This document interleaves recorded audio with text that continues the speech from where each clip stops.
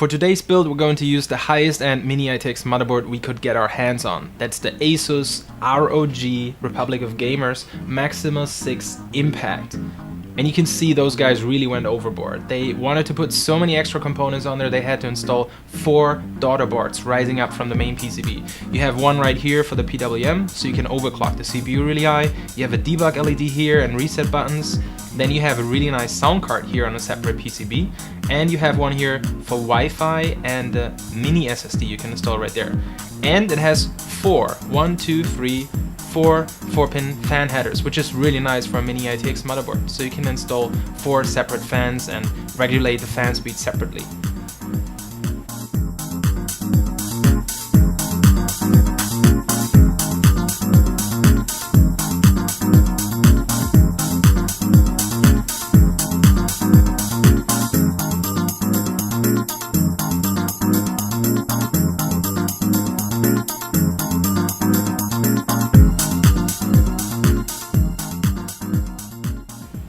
Since the PWM module of the Asus motherboard we're going to use is standing off from the main PCB, the airflow of the 80mm fan on the side is actually not going to help a lot. It's going to be blocked. So we're going to remove this bracket here.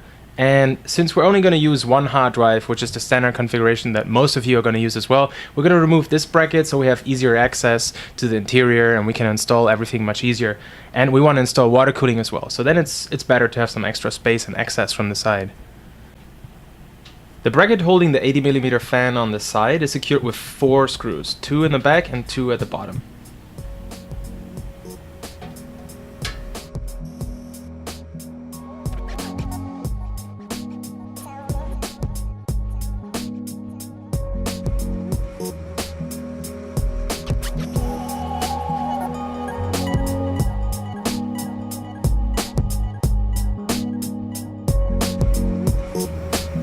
The side bracket that holds an extra hard drive or 2.5-inch SSD on the side is secured with 3 screws, 1 at the top here and 2 at the bottom right there.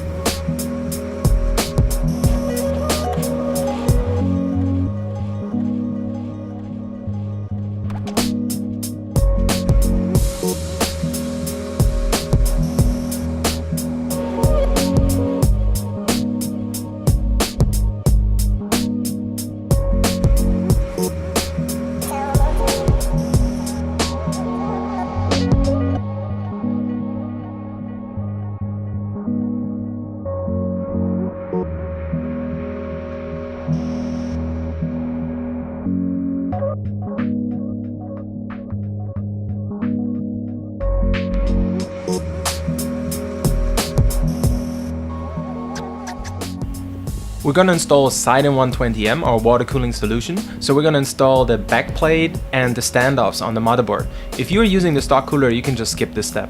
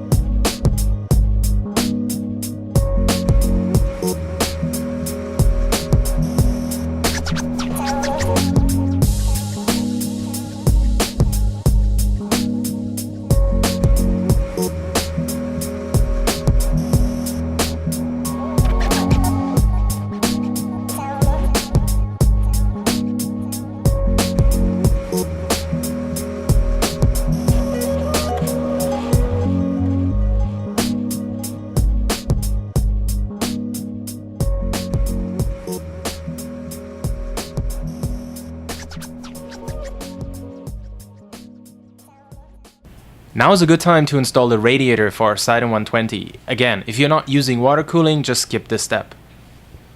So first we're going to pop off the hood. There you go. And we're going to remove this fan and then install the radiator.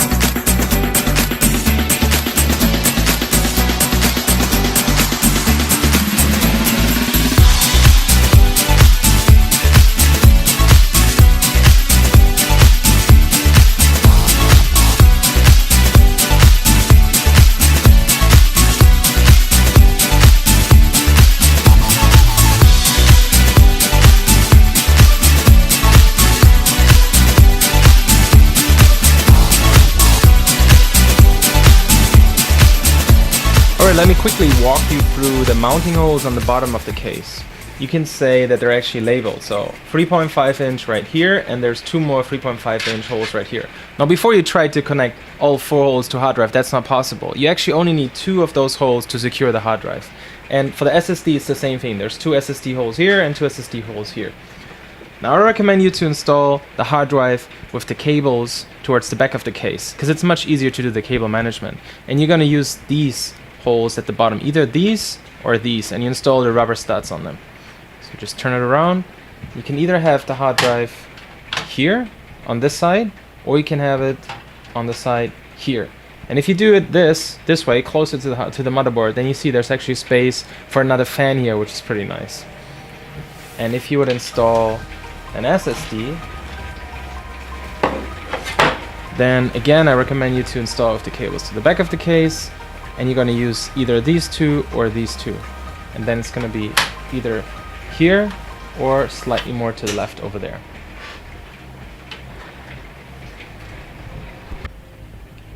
And these are the mounting holes on the 5.25 inch bay. You can see that they're labeled. It's 2.5 inch SSD here, same for the SSDs here, and 3.5 inch right there. So you can install a hard drive, of course, with the cables in this direction, facing the inside, like this. It's gonna hook in like this.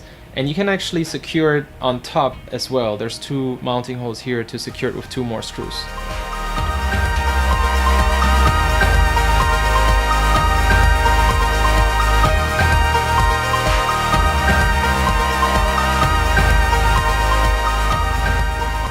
And there's another SSD slot right under the 5.25 inch bay that you can see right here. It has 2 hooks on this side, and then you can screw it in on this side to secure it further.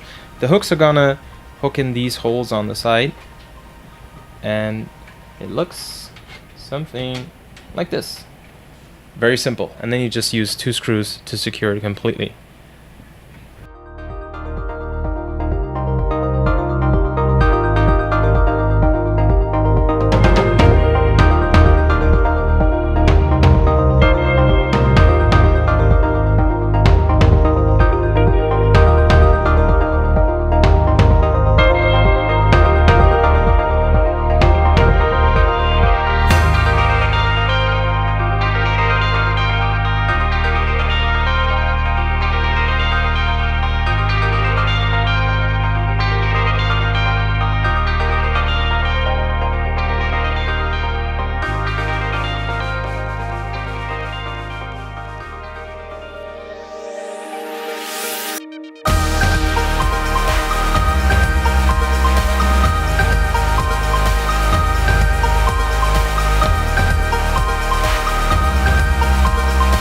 For the SSDs in the 5.25 inch bay, you just slide them in like this. And the second one on top.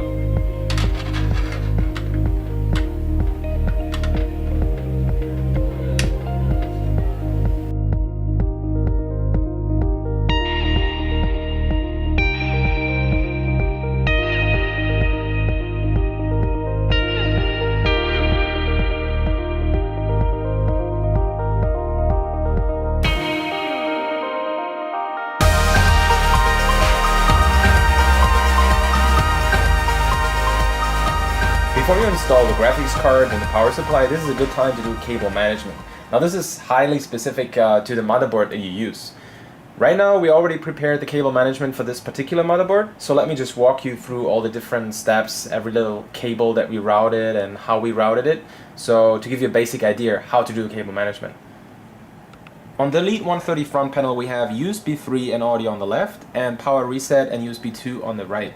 Depending on the motherboard, you might have the headers for these on the opposing side of the case. So let me show you some ways how to route the cables from the left to the right or right to the left. And we're lucky, because you can see that on this motherboard we have the USB 3 header and the audio header at the lower side of the motherboard, which means it's on the left side. So we don't have to cross the cables from left side to the right or the other way around. But for the power and reset button, you see that it's also on the lower side of the motherboard. So I actually had to route it from the right side of the case to the left side. And I did this. As you can see, it's coming from here, and then I squeezed it between the hard drive and the motherboard. There's actually a few millimeters, which is perfect for hiding cables. and I didn't even have to use any cable ties here. It's just squeezed between the hard drive and the motherboard itself. Other good spots to hide cables is under the radiator if you use water cooling, or under the fan or behind the fan right here. And you can see that there's some space under the motherboard as well. That's good for hiding cables. You can just squeeze excess cables under there and it gives you a lot more room. Especially with long and tall cards like this one, I really recommend you to install the VGA power cable first before you install the graphics card in the case. It makes it a lot easier.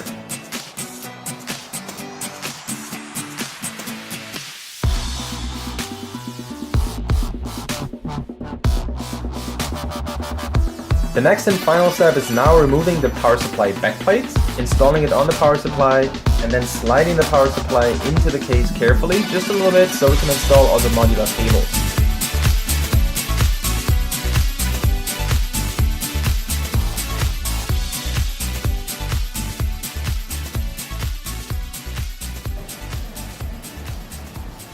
You can install the power supply in two ways. You can either install it with the fan at the top, so the power supply is taking in fresh air from the outside and venting it out and back, or you can install it upside down, in which case it's actually ventilating the case, helps you to ventilate the case, the motherboard, the memory. That's what I want, because I'm using water cooling anyways to cool the CPU, so I need some extra airflow over the motherboard to cool all the other components. So I'm going to install it this way. So that means if I look at the power supply bracket, there's a writing here that says top. So this is the top part. So that means I have to install the bracket this way. Top is here, just put it on here.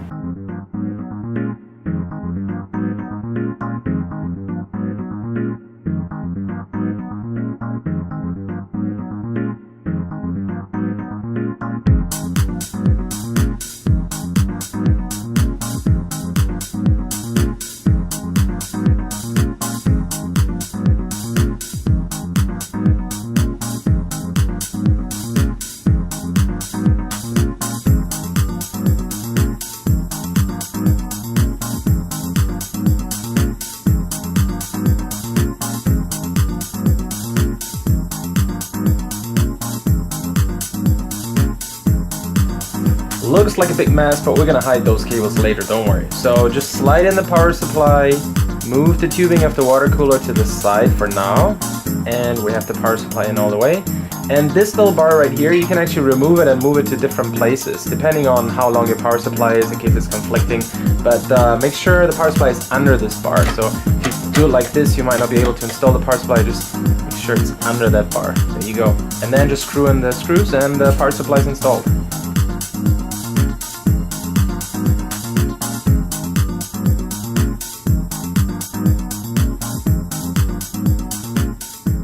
You can see that the VGA power cable I folded this way and then back to the VGA right here, and this beam is really perfect for cable management. It has little holes in it, or you can just use cable ties, zip ties to secure cables to it and strap it to it, and you can see there's still a lot of air here, so there's still airflow around here. And if you're really lazy, you don't care about cable management like this, you can just stuff it all here in the ODD bay. You're probably not going to use it anyways, but I wanted it to be nice and clean, have some air for the SSDs to breathe as well, so I folded it all to the side, as you can see here, and used zip ties and cable ties here. And from the side you can see it's all folded neatly into the gap here on the side. So again, you can see nice airflow. This area is all empty, so there's air going right through here and then through the power supply out in the back.